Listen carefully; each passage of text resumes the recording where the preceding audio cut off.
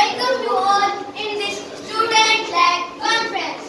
Today we will teach you about the interesting topic types of animals. There are mainly five types of animals. First, herbivorous animals. Second, carnivorous animals. Third, omnivorous animals. Fourth, mixed animals. And last one, fifth, voluntary animals. Herbivorous animals. Animals which eat plants and plant products are called herbivorous animals. For example, cow. Second, carnivorous animals.